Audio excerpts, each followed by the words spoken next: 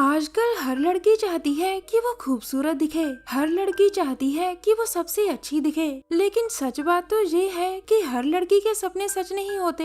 हमारी आज की कहानी मैंडी नाम की एक लड़की से शुरू होती है। मैंडी एक जवान लड़की थी, लेकिन वो अपनी लंबी नाक से बेहद परेशान थी। उसकी नाक बचपन से ही ऐसी थी और उसे अपनी नाक बिल्कुल भी अच्छी नहीं लगती थी। आज वो तैयार होकर एक क्लब में आती है, जहाँ उसके ऑफिस के साथी उसका इंतजार कर रहे थे। ऑफिस वालों ने आज क्लब में पार्टी रखी थी और इस पार्टी में सभी का आना लाजमी था। क्लब में आते ही मैंडी को पीने के लिए ड्रिंक दी जाती है, मगर लंबी नाक वाली मैंडी के लिए बड़े ग्लास में ड्रिंक पीना मुश्किल था। वो अपने लिए छोटे ग्लास में ड्रिंक लाने को कहती है ताकि वो आराम से उसे पी सके, मगर क्लब वाले उसकी नाक का मजाक उड़ाते हैं और उसे बड़े ग्लास में ही ड्रिंक पीने को कहते हैं। अब मैंडी जैसे ही ड्रिंक पीने लगती है तो कैट नाम की लड़की जानबूझकर उससे टकराती है। कैट मैंडी की बॉस थी और वो अक्सर ही मैंडी की नाक का मजाक उड़ाया करती थी। उसके मजाक को मैंडी कभी कभी तो नजरअंदाज कर देती थी, लेकिन कभी कभी वो उसके मजाक के कारण बहुत दुखी हो जाया करती थी। अगले दिन सुबह आज मैंडी अपनी बड़ी बहन के घर आ गई थी और उसकी बड़ी बहन का नाम जिम्मी था। मैंडी जब भी बहुत उदास होती थी तो वो जिम्मी के घर आ जाती थी। उसे उदास देखकर जिम्मी उसे समझाती है कि तुम खूबसूरत हो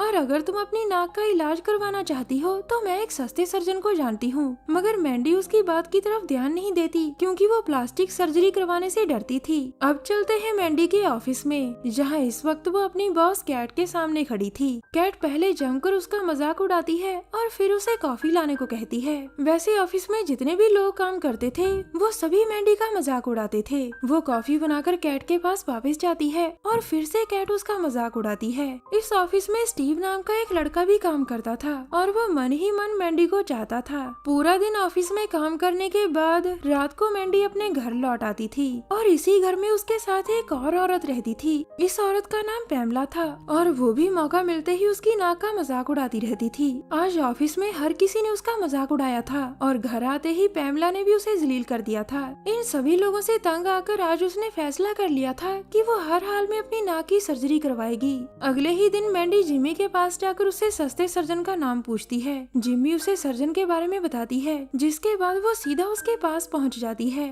इस प्लास्टिक सर्जन का नाम बिली था और वो बिना डिग्री वाला सर्जन था। बिली बहुत ही कम पैसे लेकर लोगों की सर्जरी करता था। वो मैंडी की नाक की जांच कर कहता है, मैं तुम्हारी नाक बिल्कुल ठीक कर दूंगा, तुम आज रात को ही मेरे पास आ जाना। उसकी बात सुनकर मैंडी बहुत खुश हो गई थी और वो घर आकर रात होने का इंतजार करने लगती है। रात होते ही मैंडी बिली के पास पहुंच जाती है और वो भी जल्दी जल्दी सर्जरी की तैयारी शुरू कर देता है। हालांकि बिली के काम करने का तरीका थोड़ा सा अलग था, लेकिन आज तक उसकी कोई भी सर्जरी फेल नहीं हुई थी। आज भी वो पूरे दिलो जान से मैंडी के नाक की सर्जरी कर रहा था, लेकिन इसी दौरान दो बदमाश वहाँ आते हैं। दरअसल बिली को नशा करने की आदत थी और इसी आदत के चलते वो कई लोगों का कर्जदार हो चुका था। दोनों बदमाश उससे अपने पैसे लेने आए थे और बिली उन्हें थोड़े से पैसे देकर कहता है कि मैं जल्द ही बाकी का हिसाब भी कर दूंगा, मगर बदमाशों को उस पर यकीन नहीं था और वो उसे सबक सिखाने का फैसला कर लेते हैं। अब एक बदमाश पहले बेहोश पड़ी मैंडी का चेहरा देखता है और फिर एक कटर उठाकर दूसरे बदमाश से कहता है, तुम बिली को रगड़ो, तब तक मैं इस लड़की की सर्जरी करता हूँ। इसके बाद दूसरा बदमाश बिली को रगड़ने लगता है, जबकि पहला बदमाश मैंडी की नाक काट देता है।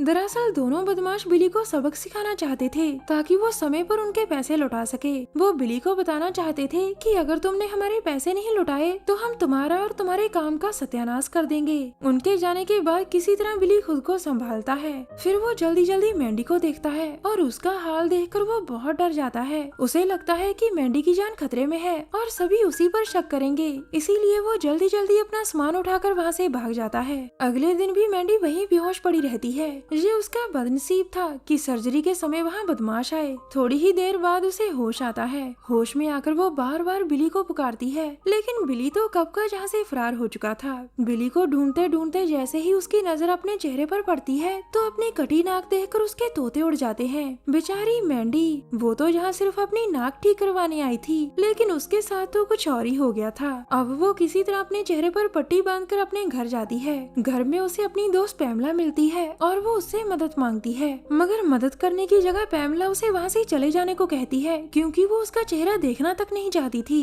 मैंडी उसे समझाने की कोशिश करती है कि मुझे मदद की जरूरत है, लेकिन इस बार पैमला उसके चेहरे पर प्लेट फेंक कर मारती है। अब मैंडी का दिमाग भी घूम जाता है और वो टेबल से एक चाकू उठाकर उसे मार देती है। पैमला की मौत के बाद वो सीधा अपनी बहन के घर आती है। मैंडी को ये बिल्कुल नहीं पता था कि उसकी नाक दो बदमाशों ने काटी थी। उसे तो लग रहा था कि उसकी बहन जिम्मी और सर्जन बिली मिले हुए थे और उन दोनों ने जानबूझकर उसकी नाक काटी। जिम्मी के घर आकर वो पहले उसका चेहरा बिगाड़ती है और फिर उसे जान से मार देती है। पैमला और जिम्मी की मौत के बाद मैंडी के पास ऐसी कोई जगह नहीं थी जहाँ वो रात बिता सके। पुलिस कभी भी उसके घर तक पहुँच सकती थी, इसीलिए वो पूरी रात एक पार्क में बिताती है। अगले दिन सुबह जैसे ही मैंडी नींद से जागती है तो उसे अपने आसपास बहुत से लोग दिखाई देते हैं। मैंडी इस समय नई जगह पर थी और वो लोगों से पूछती है कि तुम कौन हो। अब मैंडी को बताया जाता है कि हम छोटे मोटे क्रिमिनल हैं और हम ही तुम्हें यहाँ लेकर आए थे। दरअसल मैंडी की हालत देखकर इन क्रिमिनल्स को उस पर तरस आ गया था, इसीलिए वो उसे अपने अड्डे पर लेकर आए थे ताकि वो उसकी मदद कर सके। ये लोग मैंडी को एक मास्क पहनने को देते हैं और उससे पूछते हैं कि हम तुम्हारी क्या मदद कर सकते हैं। इस पर मैंडी कुछ नहीं बोलती और मास्क पहनकर चुपचाप वहाँ से चली जाती है। कुछ दिनों बाद मैंडी अपने ऑफिस में आती है। उसके सामने जो भी आता था वो उसे बेरहमी से मार देती थी। दरअसल नाक कटने के बाद उसका पूरा दिमाग हिल चुका था और वो पूरी तरह से पागल हो चुकी थी। वो उन सभी लोगों को अपना दुश्मन समझ रही थी जो कभी उसकी नाक का मजाक उड़ाया करते थे। मैंडी का मानना था कि अगर वो उसकी नाक का मजाक ना उड़ाते तो वो कभी भी बिली के पास ना जाती और ना ही उसकी नाक काटी जाती। ऑफिस में कत्लेआम करने के बाद वो सीधा उसी क्लब में जाती है जहाँ के सभी लोग उसकी नाक का मजाक उड़ाया करते थे। जहाँ आकर भी वो उन लोगों को तड़पा तड़पा कर मारती है जो उसे लंबी नाक के कारण जलील किया करते थे। इसके बाद वो शहर के लोगों को भी मारने लग जाती है। अब उसका गुस्सा सभी पर टूट पड़ा था और उसने पूरे शहर को अपना दुश्मन समझ लिया था। उसे लग रहा था कि शहर के लोग सिर्फ और सिर्फ खूबसूरत लोगों की कदर करते हैं। अगर किसी के पास खूबसूरती नहीं तो ये लोग उसकी बिल्कुल कदर नहीं करते।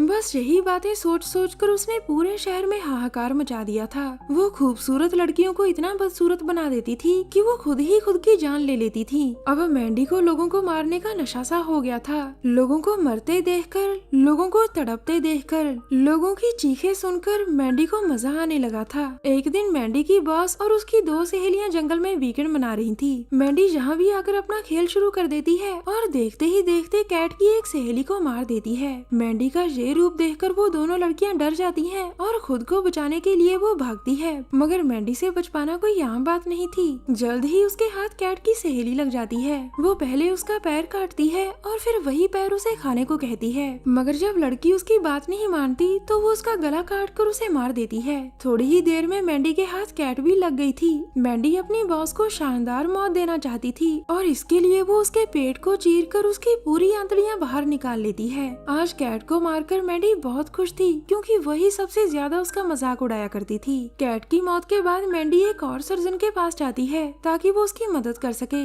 3 महीनों बाद मैंडी की नाक अब बिल्कुल ठीक हो चुकी थी और वो अपनी नाक देखकर बहुत खुश थी। कहानी के आखिर में मैंडी स्टीव के साथ रहने का फैसला करती है। स्टीव उसी के ऑफिस में काम करता था और वो पहले से ही उसे चाहता था। हमारी वीडियो देखने के लिए धन्यवाद।